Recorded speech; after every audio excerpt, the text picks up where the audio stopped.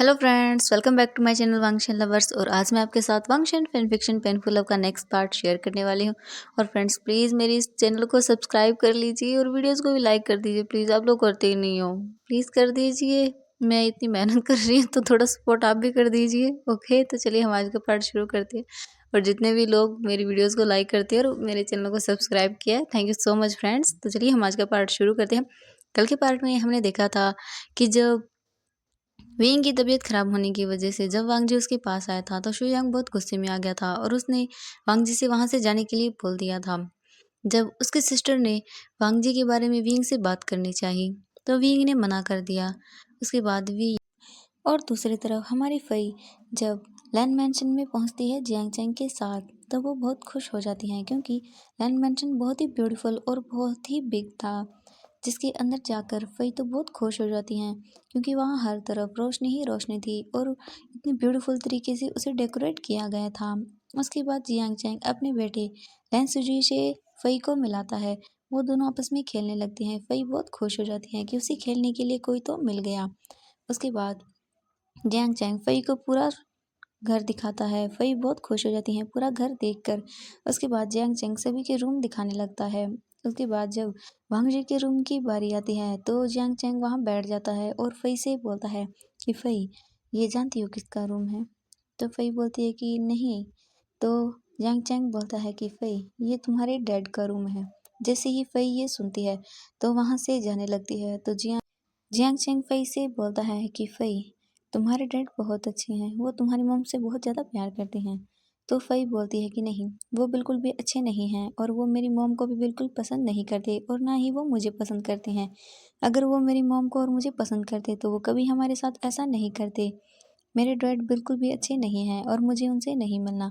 तो Jiang Chang बोलता है कि फई, गलतफहमियाँ बहुत बार हमारे बीच आ जाती हैं, इसका मतलब ये नहीं कि हम उन रिश्तों को ख़त्म कर दें।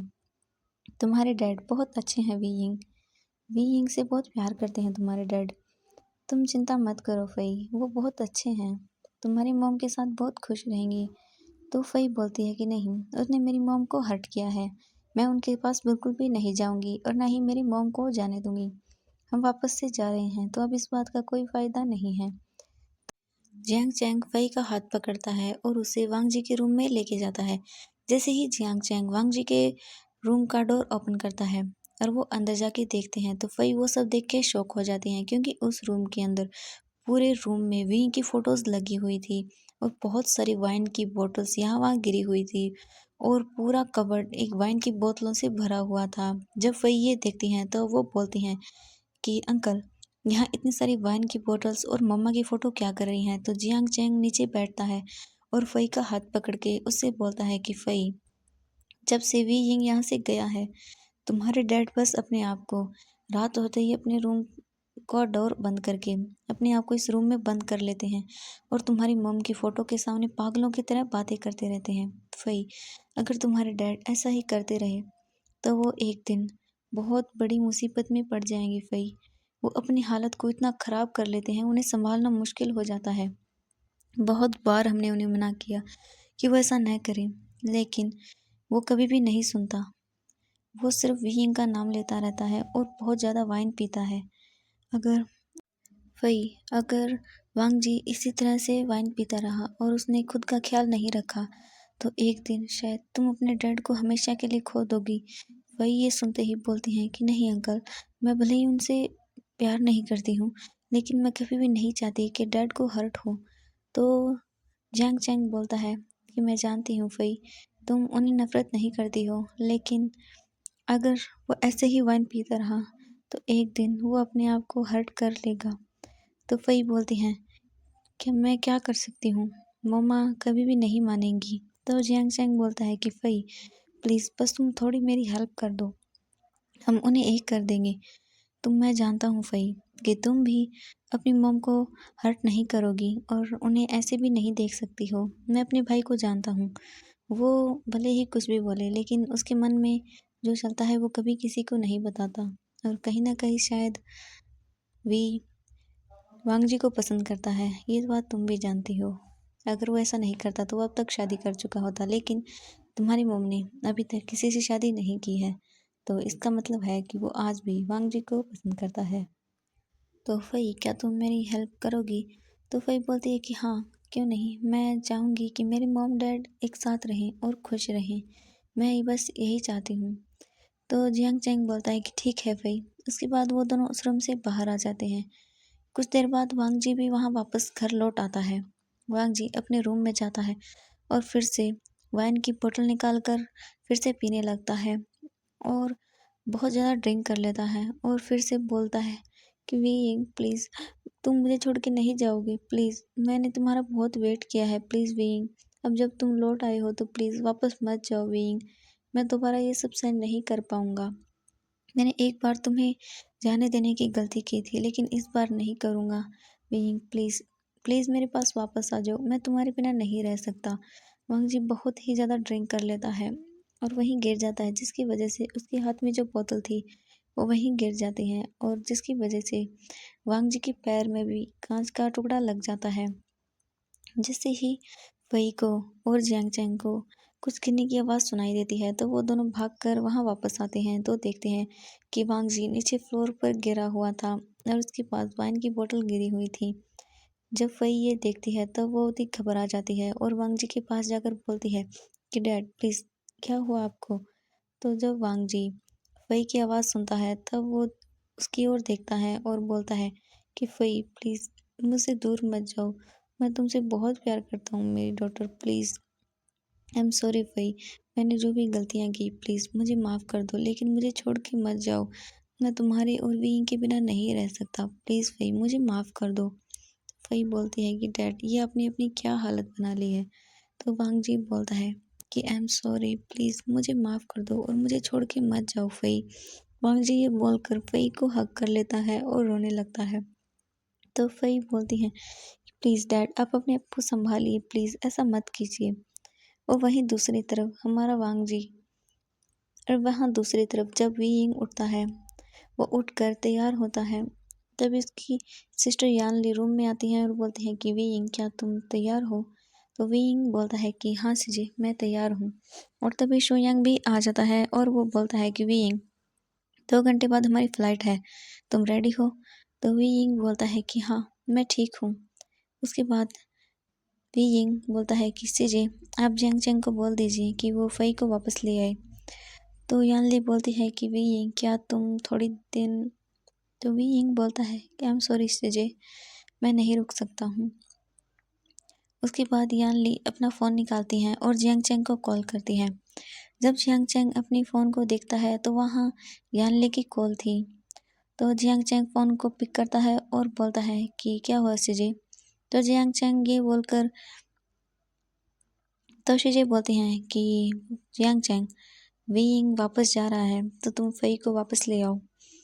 तो जियांग चैंग बोलता है कि सीजे, आप वीइंग से बोल दीजिए कि वो लैन मेंशन में आ जाए, हम यहाँ से वही को उनके साथ भेज देंगे।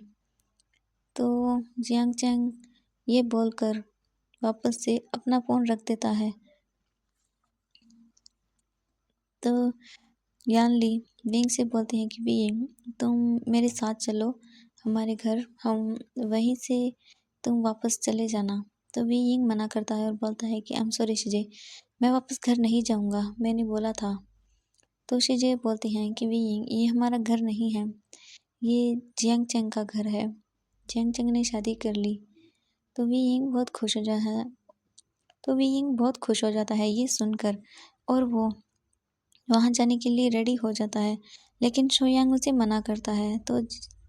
तो वी यिंग बोलता है कि कोई बात नहीं शोयांग, हम वैसे भी वापस नहीं आएंगे, मुझे आखिरी बार सब लोगों से मिलने का मौका मिलेगा।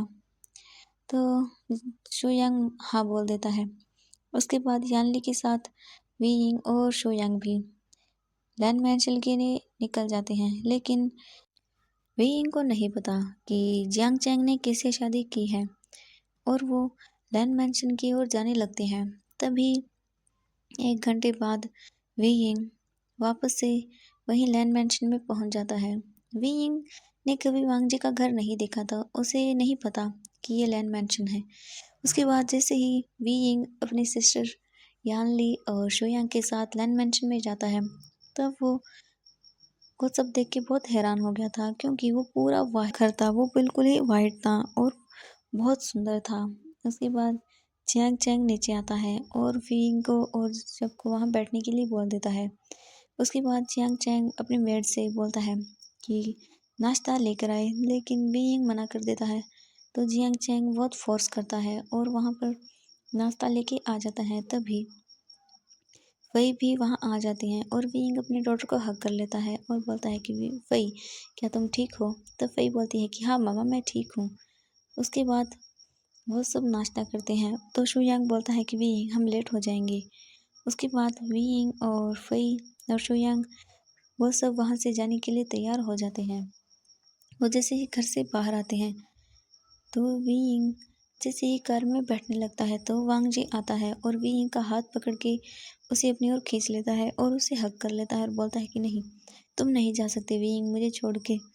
तो वीइंग अपने आप को छुड़ाने की कोशिश करता है, लेकिन वांग जी उसे नहीं छोड़ता। तो शुयांग निकलता है और वांग जी को दूर करने की कोशिश करता है वीइंग से। तो वांग जी बोलता है कि तुम मुझसे दूर रहो, मैं अपने हस्बैंड से बात कर रहा हूँ। तो वो शुयांग ये सुनकर बहुत ही हैरान हो जाता है और बोलता है, ये तुम्हारा हस्बैंड नहीं है, तो तुम इससे दूर रहो, समझ में आया तुम्हें? तो वांग जी बोलता है कि तुम्हें उससे कोई लेना देना नहीं है, ठीक है?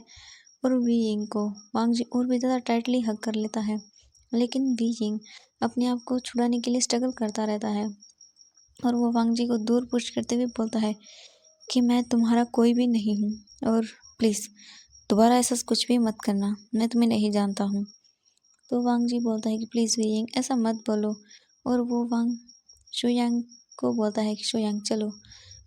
और फई ये सब देख रही थी और फई बस ये सब देख रही थी, वो कुछ भी नहीं कर सकती थी। वो बस अपने मॉम डैड को एक दूसरे से अलग होते हुए देख रही थी और बहुत दुखी थी, लेकिन वो कुछ भी नहीं कर सकती थी। उसके बाद वीइंग अपनी कार में बैठ जाता है और ड्राइवर से बोलता है कि चलो। उसके बाद कार वहाँ से चलने लगती है और वांग जी वीइंग की कार के पीछे करने लगता है और चिल्लाता रहता है कि वीइंग प्लीज़ वापस लौट आओ, आई एम सॉरी वीइंग, मेरी गलतियों के लिए मुझे इतनी बड़ी सज़ा मत दो। मैंने एक बार तुम्हें खो दिया था, मैं दोबारा तुम्हें खोना नहीं चाहता, प्लीज़ वीइंग मेरे पास वापस आ जाओ। आई am sorry the, please please मेरे पास वापस आ जाओ, please weighing, I am sorry, मुझे माफ़ कर दो। लेकिन वीइंग नहीं रुकता और वहाँ से चला जाता है। उसके बाद जब हम देखते हैं कि वीइंग मुड़ के देखता है तो वांग जी अभी भी वीइंग की कार का पीछा कर रहा था। वीइंग ये देख के मन में सोचता है कि आई एम सॉरी वांग जी, लेकिन अब तुम्हारी हमारी लाइफ में कोई जगह नहीं है। मैं अपनी लाइफ में बहुत खुश हूँ, मैं नहीं भूल सकता जो भी तुमने मेरे साथ किया था, मैं वो सब चीज़ें नहीं भूल सकता, आई एम सॉरी।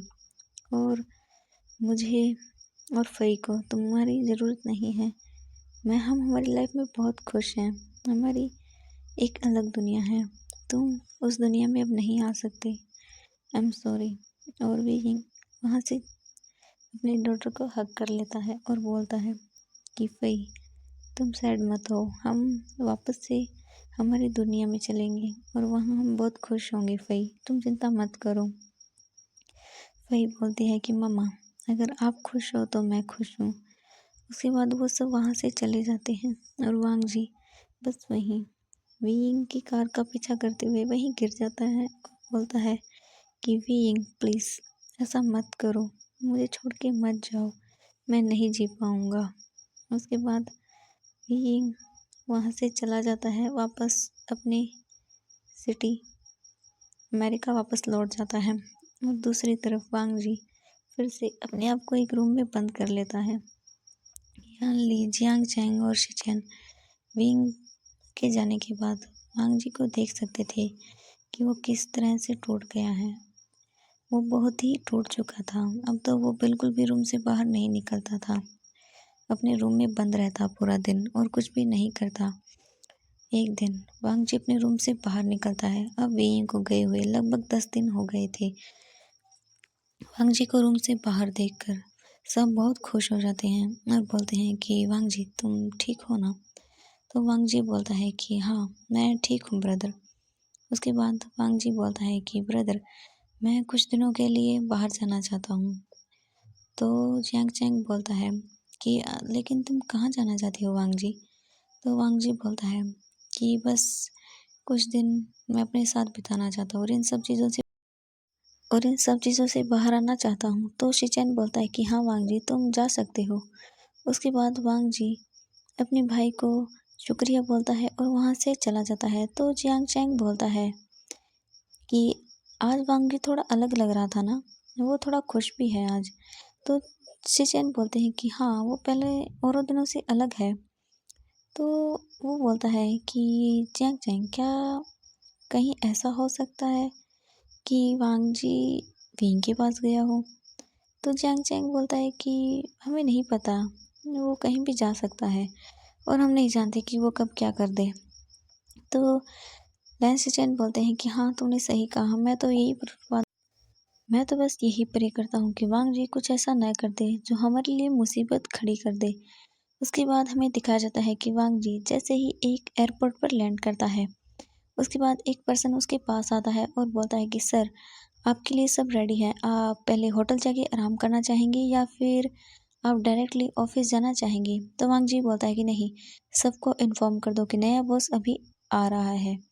उसके बाद वो बोलता है कि जी सर, मैं अभी उन्हें इन्फॉर्म कर देता हूँ। उसके बाद वांग जी वहाँ से बहुत सारे बॉडीगार्ड के साथ एक कार में बैठता है और निकल जाता है।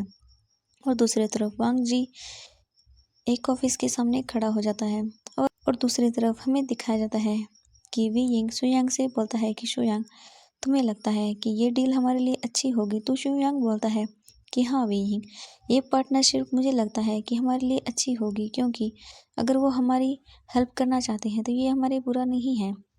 हमें इससे हमारे बिजनेस में काफ़ी ज़्यादा प्रॉफिट होगा और तुम चिंता मत करो, सब ठीक होगा।